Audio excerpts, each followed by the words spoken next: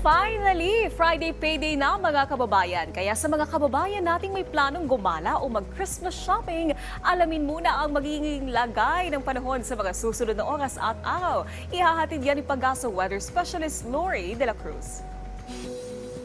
Magandang araw sa lahat ng ating mga kababayan na latest mula sa Pag-asa.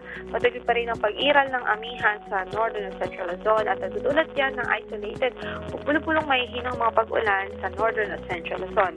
Samantala sa Metro Manila at natitirang bahagi ng ating bansa, mga localized thunderstorms ang posibleng maranasan sa maghapon ito, mga panandali ang pagbuhos ng ulan. Pero wala na naman tayong ina-expect na malawakang pagbuhos ng mga pag-ulan.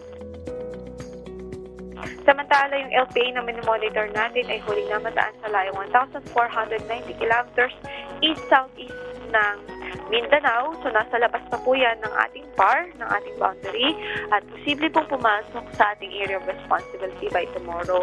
Kaya ang ating advice sa ating mga kababayan, patuloy po tayo mag-monitor sa mga issuances, mga warnings na i-issue ng Pag-asa ukol sa nasabing weather disturbance. Sa ngayon, nag-LPA pa lamang po ito. Samantala, narito naman ang extended weather forecast sa ilang mga lugar sa ating bansa. Narito naman ang top 10 lowest temperature sa ating bansa. Narito na rin ang latest sa mga salagay ng ating mga dam.